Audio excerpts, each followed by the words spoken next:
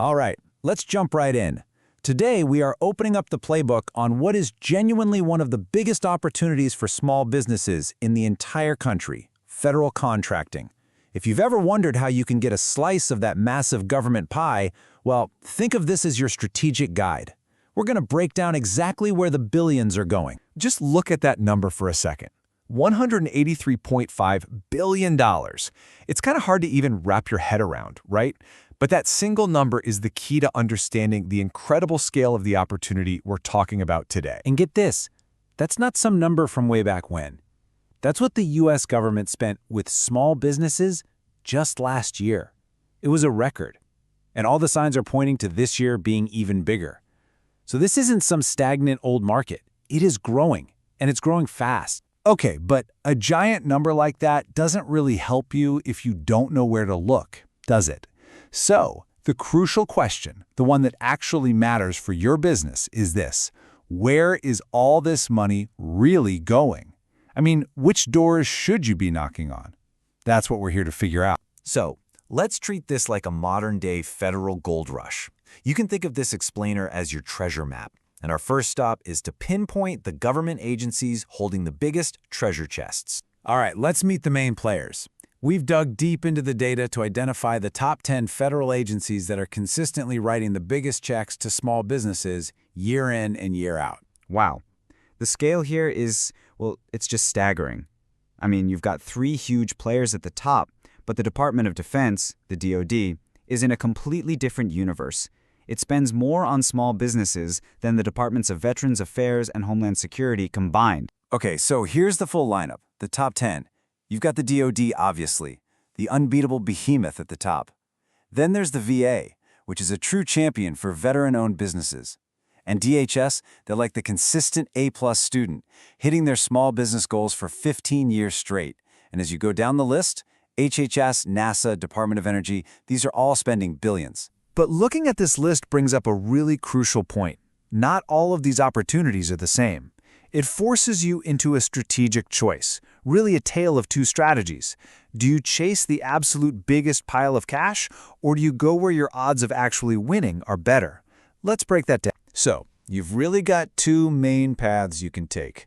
First, there's what we call the volume play. That's when you target an agency like the DoD simply because they have the most money to spend, period.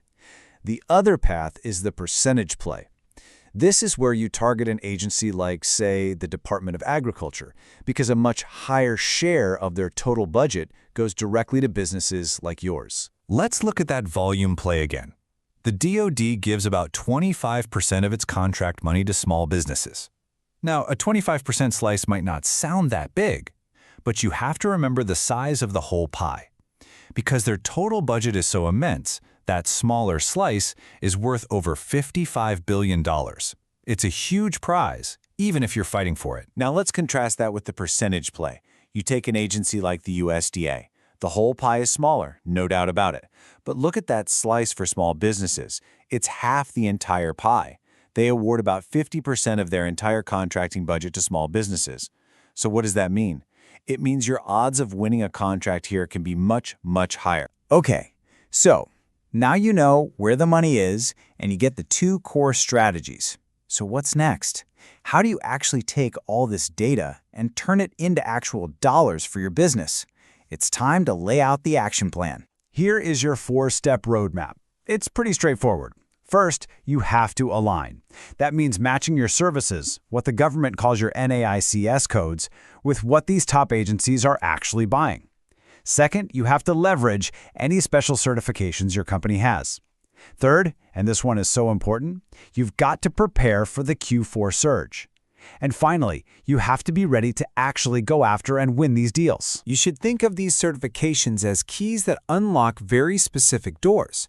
For instance, if you're a service-disabled veteran-owned small business, the VA literally has a Vets First program just for you. If you're a woman-owned business or you're located in a hub zone, other agencies are specifically looking for you. An agency like DHS is a great one to target if you have multiple certifications because they excel across all categories. Aligning your certifications with an agency's goals, it just gives you a huge advantage. And that brings us to the final and maybe the most critical piece of this whole puzzle: timing. Because in federal contracting, when you compete is every single bit as important as where you compete. You see, the federal government's spending year has a very predictable rhythm. For the first 3 quarters, so from October all the way through June, spending is pretty steady.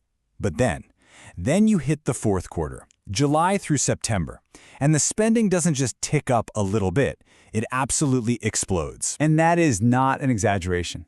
The data shows that up to 40%, that's almost half of all the small business contracts for the entire year, can be awarded in just those last 3 months.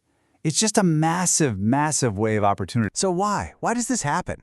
It's the famous use it or lose it phenomenon. Federal agencies are required to spend their allocated budgets by the end of the fiscal year, September 30th. If they don't spend it, they lose that funding for good. And that pressure creates a mad dash to award contracts. And small businesses are very often the ones who benefit. So that brings us to the final thought. This 4th quarter wave, it's not a possibility. It's a certainty. It happens like clockwork every single year. The only question left is, now that you have this roadmap in hand, will your business be ready to ride it?